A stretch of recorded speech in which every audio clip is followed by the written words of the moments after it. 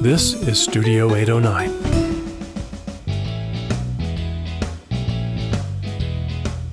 And the difference is that one is a bunch of cunning runts. Anyway, hi everybody. Welcome to the Outdoors with Hiking Bob podcast. I'm your host, Hiking Bob Falcone. And I just want to let you know you can find everything you need to know about me, including bad jokes, at my website, hikingbob.com. And has links to my social media, my columns, my podcast, my photography website. I just added a bunch of new pictures to my photography website, including some in the black and white gallery. I've been getting a lot of requests for stuff in the black and white gallery. So I have added some new pictures there. Check that out at hikingbob.com. There's links to everything right there. And if you'd like to help support this podcast, you can do that at Patreon, patreon.com/hikingbob, and you can help support this podcast, pay the bills, and which does not include paying me or Kevin because we don't get paid. That's correct. We do it here because we love to do it, love sharing information, and all that stuff at hikingbob.com. Joining me today is my co-host, Wild Westendorf. Hey everyone, it's Kevin Wild Westendorf here, and you can find me on social media, primarily Facebook and Instagram at Wild Westendorf, and my website at wildwestendorf.wordpress.com. Cool. So Kevin, real quick, we just got past Labor Day weekend, which the weather was about as good as you can get for a Labor Day weekend. It was perfect. It was a little warm, a little bit on the warm side, but that's okay.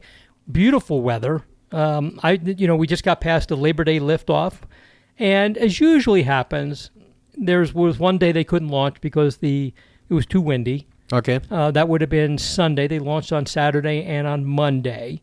They did the balloon glow Saturday night and Sunday night. I did go to see the balloon glow. So it really was a great weekend for that. And that is a huge event here. For people who don't know, that we have this balloon launch every Labor Day weekend. It's been going on for 40 some odd years. Oh, wow. Okay. I've been going on for a long, long time.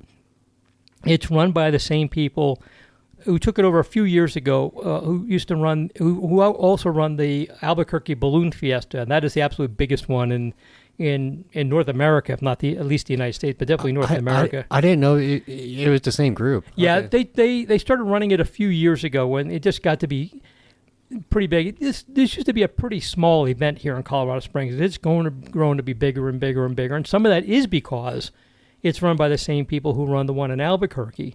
So that kind of helps draw people in because they go from here and then they work their way down, and the one in Albuquerque is about 4 weeks away. So that starts in about a month. So there's a couple of small ones along the way and, time off in between and all that kind of stuff. Big crowds, beautiful weather. And if anybody if you haven't been following my social media, this would have been the weekend to do it. Yeah, I saw the photos. Just incredible photos. Yeah, and I'm not even talking about just my photography skills. The weather was perfect. It was still enough that there was this beautiful reflections on Prospect Lake there, Memorial Park, just enough clouds in the sky, so it wasn't a plain blue sky like I teach when I teach my classes. Plain blue skies are boring. Yeah. There was just enough clouds. The wind was the wind was relatively still. Whatever wind was there was taking the balloons right over the lake. I mean, it was just incredible. I went back out there Monday. No slouch Monday either, but not quite the same as Saturday. So I was glad I was out there Saturday morning. Lots of people out for the balloon glow. It's a big event here in Colorado Springs. It's a lot of fun. It's free. That's the best part of it. Yeah. It's completely free. It just takes over a good half of Memorial Park and just a really great, great time. So we had good weather. You went, and I was recovering from an injury. We'll talk a little bit about that later. But you were out camping and backpacking over the weekend.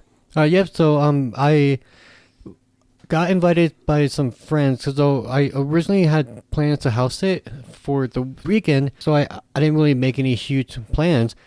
Then I got invited by friends at the last minute to go camp with them, and I forgot that I had put in a time off request for the Friday before the weekend. I didn't remember that till like last week, and I was like, "Oh, I'm off on Friday," and so the timing worked out great, and so we camped at what I would consider a bougie campground. Oh, where was that at? It's about 20 minutes north of Alamosa. Okay. And about 15 minutes west of the sand dunes, and whatever happened with the house sitting thing?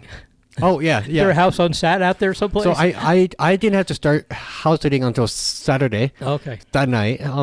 This campground is called Ramble, And each campsite, there's really small ones where you can fit 1 or 2 tents, and then there's really big ones to where you can fit a large RV in. And each one has a table with like an appropriate amount of shade around it. There's a kitchenette type thing in there with a sink, fresh water, but you have to pump the water because the entire place is off grid. And each site has a bunch of solar panels, so you can charge your phones and all that stuff too. Plus, it has a nice fire ring with the chairs around it. A little pricey. Our site was $80 a night, so about the same as a hotel room. Yeah. Wow. Yeah. I pay less than that when I bring my camper someplace. I think that's why I got a last minute invite, because they were like, well, he can pay his share and it'll save us a few bucks. And but the views of the Sangre is incredible, and you can see a part of the sand dunes too. So just being out there early in the morning and at night watching the sunrise and sunset was gorgeous. And it's in the middle of nowhere. It's actually not that far from the UFO watchtower that is famous in that area. So on Friday we went and hiked around Zapata Falls, which great news. If any of you are familiar with that hike, there's about a 3-mile road to get up there, and it's a rough dirt road. Well, it's paved now. Really? Yeah. I did not know that. Yeah. So I extra time on my side trip there because I expected to have to drive really slow on this dirt road, and it's only 3 miles, but it just takes forever. Sure. And I got on and I was like, I don't remember this part being paved, and then I thought, like, maybe I forgot, like, the first quarter mile is paved. Yeah, usually, like, right off the highway for a few miles. Yeah, a little bit there. Yeah. And then I just kept going and going. I was like, oh, this whole thing is paved, which is, it's so nice. Wow. I wonder who did. Yeah. Is that a Forest Service road, county road? Huh. Because the last time I was in Zapata Falls was 2021, and it was not paved then. Okay. So it's a new road. So that was really nice. I mean, it's just a great surprise. And because it's late summer and it's about to be fall, the falls were still gorgeous, just much calmer now. Sure. But it's really, really, really cool to go there in the wintertime when the falls are frozen over. It just looks awesome. Right. And then if you go in the late spring and early summer, that's when the falls are at their best, because all the snow and ice is melting and they're just roaring. And then we did the usual jaunt around the sand dunes after that. Then we barbecued and camped out. The next day, we went to the town of Crestone and hiked up to Willow Lake. That's a pretty good hike. It's about 9 miles round trip. It's close to 10 miles. Yeah.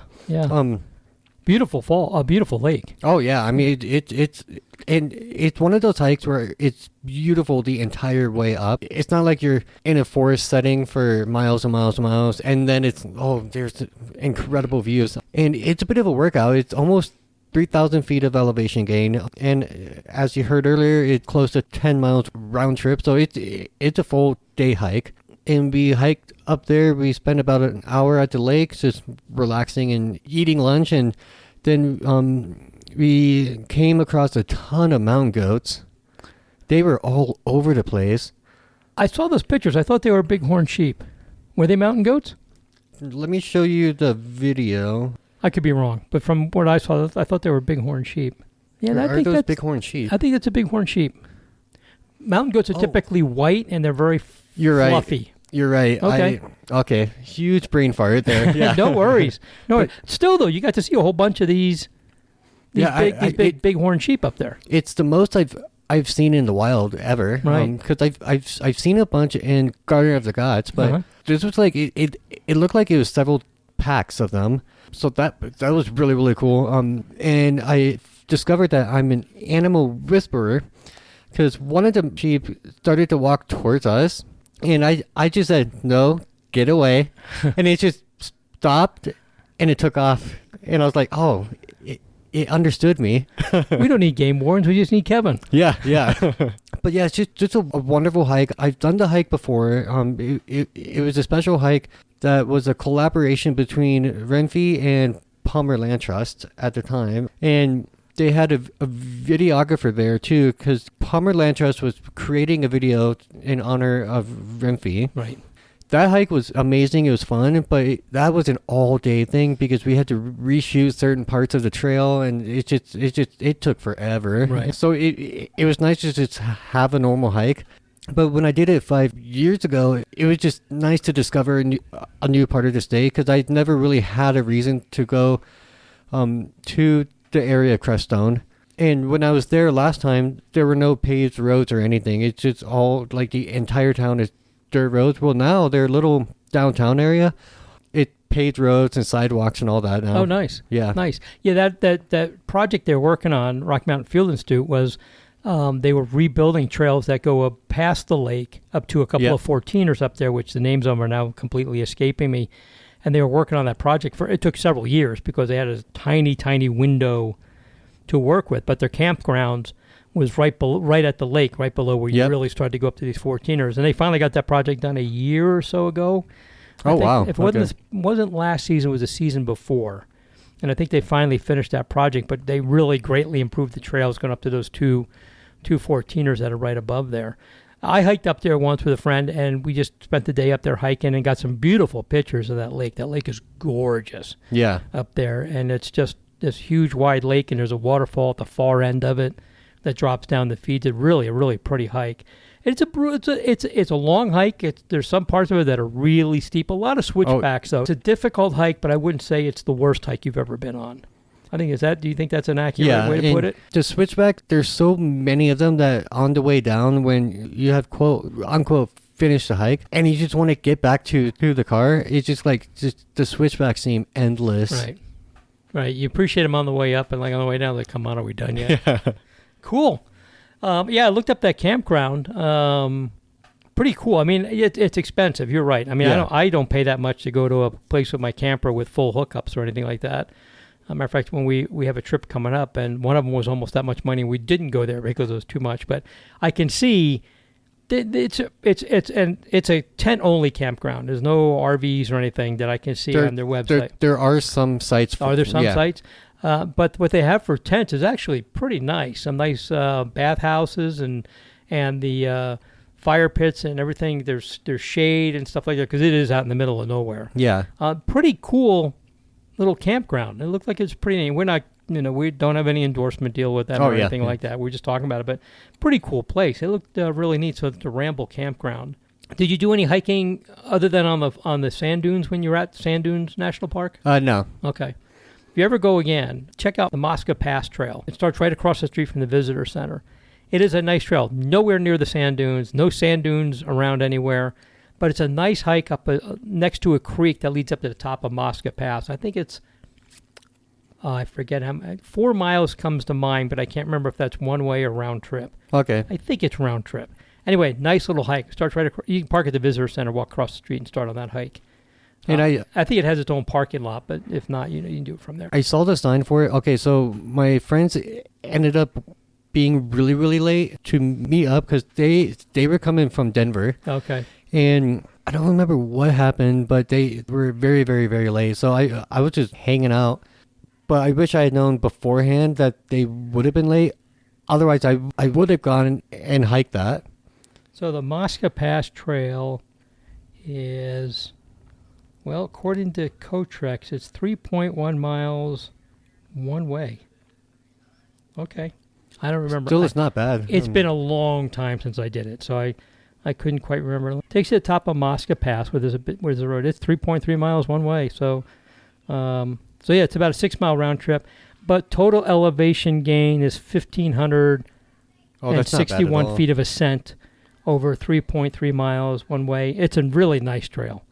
So next time you go out that way, check that out. And I think it's actually technically, it is. Except for the trailhead is outside of the national park boundaries. It's all in the national forest. So it may be a nice one for you to check next time you're up that way.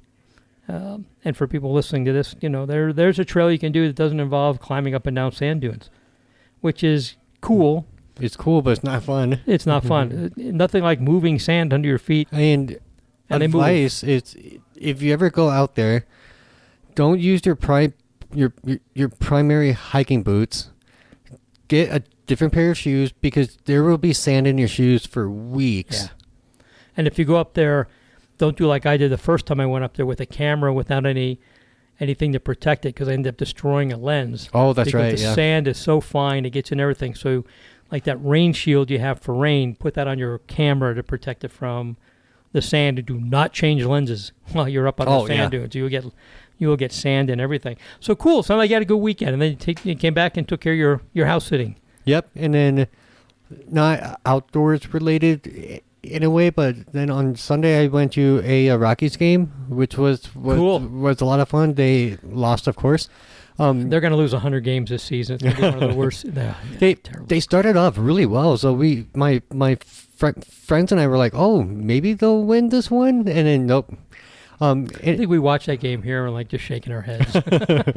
And then we got rained out for about an hour. It was really funny because me and my friend were still in the seats when the rain started because it was a very light rain that lasted for a while his wife and kid were at a playground that's at the park. Mm-hmm. And as soon as I said, I'm glad the rain is not that bad. As soon as I said that, the wind came out of nowhere and we started getting pelted with these big, massive drops of rain.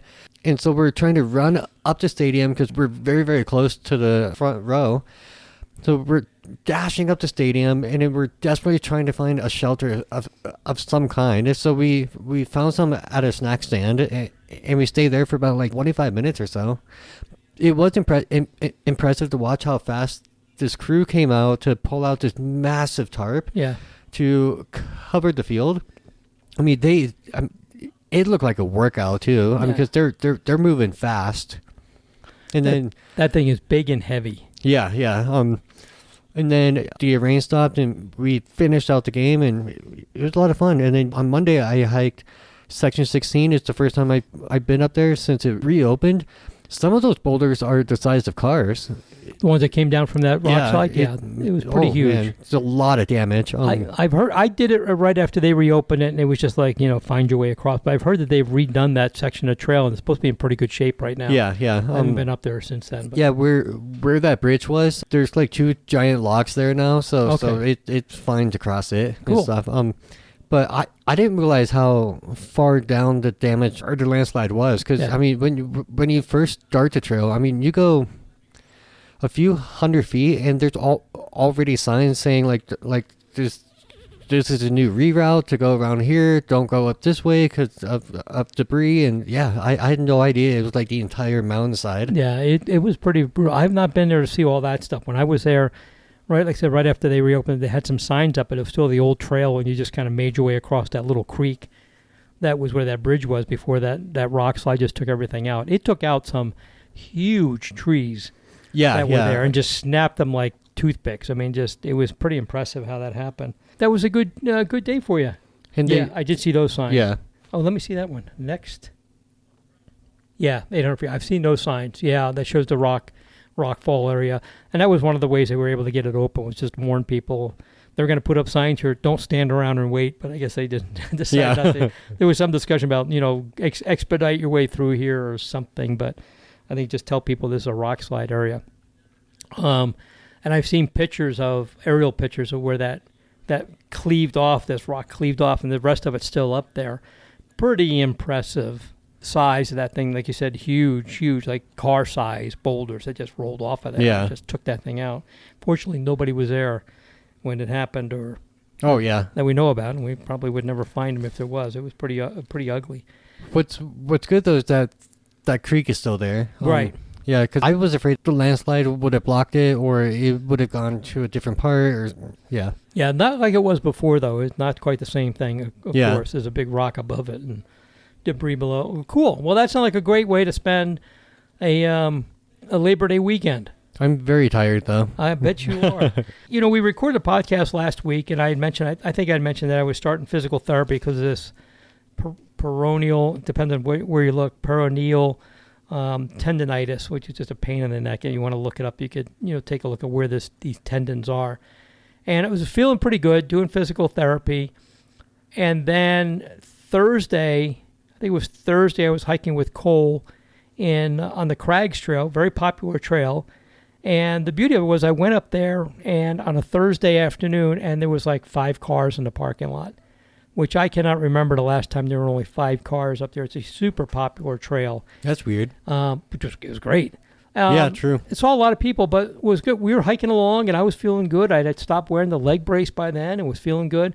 And then sure enough, we're about 2 miles up the trail, and there was a root that I didn't see in the shade, and I stepped on it and twisted my foot to the outside and flared up the entire tendonitis again. And I will tell you, this particular kind of tendonitis, when it gets irritated, it is one of the most painful things you've ever felt. And even when I look up resources online, they call it excruciating pain. And I will tell you, it is excruciating. I had my leg brace with me, stopped, put it on, and basically dragged myself the 2 miles back down the trail. I didn't even make it to the top of the crags. We were this close. Awful. I mean, where I was, we were close to the top. Had to turn around and go back. It was the worst pain ever. Super painful. But since then, I did a little more research. I've kind of did some adjustments to my footwear. Actually, to take out my orthotics. And people have been listening. Know I had an issue with some sore feet. Got some orthotics. Actually, had to take those out because while they were helpful for one thing, they aggravated this. It is complicated. I don't mean to bore anybody with it, but nonetheless, I did go hiking on Monday in Cheyenne Mountain State Park. Did a trail ambassador hike. Hiked about 3 miles. Did really well. Oh, good. My muscles are a little bit sore, and I think some of it's because this ankle brace kind of limits my mobility a little bit, so it puts some stress on the muscles. But they're sore and not what I would call painful. So feeling better already, continuing my physical therapy. And for all those of you out there wondering, it sucks getting old. And if you're like me and you're, oh God, do I want to say early end of the mid-60s? Oh God, it's just hard. So that's coming along really well. If you subscribe to my newsletter, I posted on there the fall colors calendar. I think I posted on there. If not, it was in last week's podcast show notes, but I'm going to keep posting it. But there's a fall colors calendar done by people in the Great Smoky Mountains. And it is, I have experienced it is fairly accurate.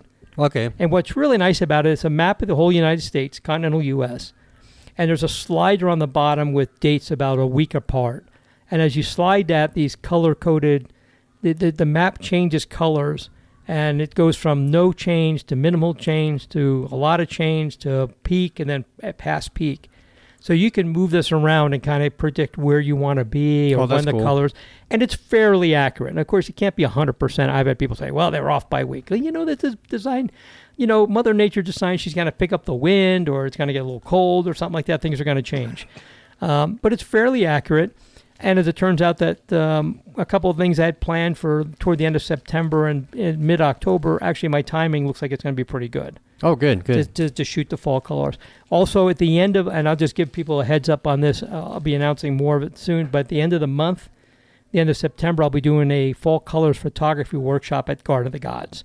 So watch for information on that. It's going to be very limited space, so you want to sign up for that early when that comes up, but I'll put that out there.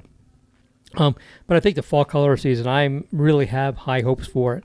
One of the things we saw in that calendar was it looked like we're going to be about a week later than normal, and I think because it's going to be so warm. Okay. And the fall colors don't change because of temperature, contrary to popular belief. They change because of how much daylight, how much sunlight they get. As the sun gets lower and lower in the sky, and there's less hours of sunlight, less chlorophyll action, whatever that it is that goes on there, less of that happens, and that's why they change colors. But it coincides with the cold, and of course if we have a cold snap and they freeze, that of course changes things entirely. But since we're having warmer than normal weather, I think that we're going to be a little later than usual, but I think it's going to be gorgeous nonetheless. I think we're going to have a great fall color season. And if my timing's right, I'll get fall colors here, then I'll go back east and get massively different fall colors. Oh, yeah. Back east there in mid-October. I'll be back on the East Coast. I forgot to mention that in the mountains next to the sand dunes, and up on the Willow Lake Trail, I did see some aspens that were starting to look yellowish. Right. And I didn't realize they would start to turn this soon. But I saw some and I was like, ooh, fall's coming. Yeah, it's funny because every year if somebody posts on Facebook, they see like one gold one gold aspen leaf. Oh my God, the fall color changing. It's just one leaf. Calm down. Yeah. And I'm not saying you didn't see that. And where you're at up there at that elevation, and if they're in the shade a lot, they are getting less light than others before other trees are. So yeah, some of those are going to change. That's not indicative that the fall color change is happening any earlier in a widespread way. And again, it's all about daylight. As the sun gets, in the summer when the sun is more overhead, they probably get daylight as much as anything else. But this time of the year, if they're on a north-facing slope and the sun is further in the sky in the south, then of course they're going to see a little less daylight earlier than other places are. But it is a good indication of what's going on. The other thing I've been looking at, one of the good indicators of what your fall color is going to be like, is the strength of the aspen leaves to hang on to the trees. That's directly related to moisture. The longer they hang on to the trees, the better. They're going to be there long enough to change colors. I've seen where they've just fallen off the trees. I'm not seeing a lot of dead aspen leaves on the trails or anything like that. So another indication that they're healthy, which means they may hang around long enough for fall colors. And in that regard, I did a thing on Fox 21 last week about the fall colors. They had me on the show, and it was a good time, and we talked about the fall color season, and we talked about why I like September. And you and I have talked about it, why I think September is probably the best month around here for recreation. The weather's great. There's still some wildflowers. The fall colors are coming. You have enough daylight to still do things. And I did say on there, if you've got a bucket list hike you want to do, September is probably the month to get it done. Because it might be your last chance to get it done. Because if you want to do something like at a 14er, you're going to run out of daylight. Snow may close those trails, or things may get September into October. October's not a bad month, but as you get later in October, things can get a little messy. And then some roads close, in November. So you keep an eye on that kind of stuff. Kevin, there's a book that came out, and a friend of mine clued me in on this book, and it looks pretty interesting. I've downloaded it. I've just barely started to read it. But it's a story about missing people on the Pacific Crest Trail, which is one of the iconic long through hikes in the country. I mean, you have the Appalachian Trail, the Pacific Crest Trail, the Continental Divide Trail. We talked a little bit about that a couple of weeks ago when I was down, my trip. I talked about the Chama Valley and the Continental Divide Trail runs through there. The Pacific Crest Trail runs from Mexico to Canada, goes through California, Oregon, Washington. A long, long hike. There's been a lot of stuff written about it. There's been movies done about it. It's a pretty, and it's hard. It is a hard. Any of these are hard hikes. No, this is no different than that. But there's a book out that's called Trail of the Lost, and it's a search for missing hikers on the Pacific Crest Trail. And basically, out of all the people who've ever been reported missing doing that hike, 3 have not been found. And this is a story by a woman named Andrea Langford, who apparently was at one time a National Park Service ranger. Okay. And this is a story about her search to find these 3 missing hikers. I'm not going to give anything away, but if you want to check out this book, it just came out. I was able to get it on, from Barnes & Noble, download it on my Nook. I'm sure you can get it on Kindle and get it at a bookstore and stuff like that. But it looks like a really interesting book to check out. Kind of an interesting concept. Like, well, what's the story with these 3 missing hikers we haven't found? We found everybody else. It's simple. Bigfoot. All right. Case solved. There. Spoiler alert, everybody. I have no idea if that's what they determined. In any case, I'm hoping that's not Bigfoot. Maybe it's the UFOs in Mosca, which is a little town where Kevin was hiking. There's a little town called Mosca. Yeah, maybe it's the UFOs over in the San Luis Valley. I was definitely hoping to see some weird lights in the sky and stuff. What was funny? So it was dark out, and we're sitting around the campfire, and I see some moving lights of what looks like it's across the distance, and it's bopping up and down. I was like, is that real? What? And I realized it was a camper with a headlamp. I felt so stupid after that. Well, you didn't have to tell everybody listen to this. Yeah, true. These are on, Kevin.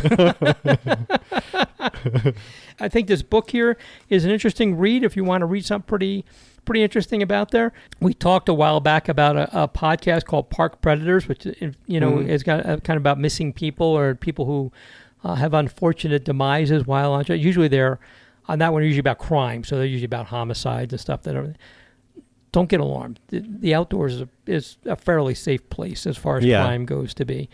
But it's interesting reading these things that happen in the great vast outdoors that are out there. CPW put out a thing about a week ago about beware of bears, because now is when the bears are getting ready to hibernate. So they're going to start eating to do their calorie loading. So basically, there's 2 seasons for bears: eating and then eating again. Because when they come out of hibernation in the spring, they're hungry and they eat. And then in the fall, when they're getting ready to go back in, they start eating. So they're starting to, this is when you really need to be careful with having your trash cans out. And if you're camping, with how you store your food. Because now the bears are really hungry. Oh, yeah. And I'm not saying they're going to make them more aggressive per se, but they're probably going to be a little bolder in coming after your food. And not after you. They're after your food. And if you're in between them and the food, things get unfortunate. So make sure you're being really responsible with how you store your food and how you prepare your food. And don't leave your food in your tent. And don't cook over an open fire, then crawl into your tent smelling like a steak. That's probably a really, really bad idea, and probably inviting, I'm not victim shaming here, but that's probably a way to have a bear come in thinking that you are a good morsel for them to eat. And I know if it's me and I'm walking around the house and I'm smelling a hamburger and I come in and find out it's not a hamburger, I'm a little grouchy. So, and that includes food in your car at the trailheads too, and campsites also. I follow a bunch of outdoor groups on Facebook, and at least a couple times a month I'll see a post about someone who left food in their car. They went to do a hike and come back and their car is destroyed. Right. I saw a car, it's like the inside of a car got into a car accident, but the outside is still fine. Yeah. I saw that post about a week before me and my friends climbed or hiked up Mount Whitney last summer. And I was just like, oh, that's a good reminder, because I drove out there. So I realized, like, oh, I have to make sure I don't have, like, snacks in the car from the road trip and such. So. Yeah, don't go to In-N-Out Burger and pick up a burger and then leave the wrappers and stuff in your car on the way out. Or think you're going to save that burger for later. That's a bad idea. It's amazing how smart these bears are. They know how to pull up door levers. Oh, yeah. And open doors. And they know that, a lot of cars now, with the way they're made, the window doesn't have a frame around it. It's just a window. And they know how to pull back that window to get in your car. It's amazing that what they can do, and they're incredibly smart. Kind of scary how smart they are and how they pick up on things, but they can get into anything. So if it's not vacuum sealed and something like that, it does not belong in your car when you're at a trailhead. Give it to your buddy's car. Yeah. Stick it in their car. Say, here, you want to hold the steak for me while I go hiking? Can we put the steak in your car? It's freshly cooked. It smells great. Put it in your car. And do something like that. And but you got to be careful there. So this is the season. They're going to start eating a lot. So don't bring out your trash cans the night before unless they're bear-proof trash cans. Bring them out the morning of your trash pickup. Don't leave anything out there for them. Don't leave stuff in your car. Just be really, really careful. And don't become a victim of if nothing else, just your car getting torn up. Yeah. I don't know if a bear poops in the woods, but it probably poops in your car when it can't find food. So you don't want to deal with that either. Kevin, I don't have a whole lot else. It's been a pretty quiet weekend. We had a holiday. We were relaxing. You were relaxing. You were out goofing off. I was out goofing off, taking a boatload of pictures. Again, if you haven't taken a look at my social media, this is the weekend. This was the weekend to watch it. But if you go back, check my Facebook page and check my Instagram account. I posted, and I'm being completely humble here. I was accused a while back of not being very humble about my photography. You know me, Kevin. That's not me. Oh, yeah. But I really think those pictures I shot this weekend were really fabulous. But I'll be honest with you, a lot of it's because Mother Nature really cooperated and stepped up and gave us some good weather. Now, on Monday, I noted that Mother Nature hated me because I was set up in a different place for pictures, and she had the balloons go completely 90 degrees in the other direction. Oh, of course. I got like 1 or 2 pictures, but that didn't look too shabby either, but definitely not my best work.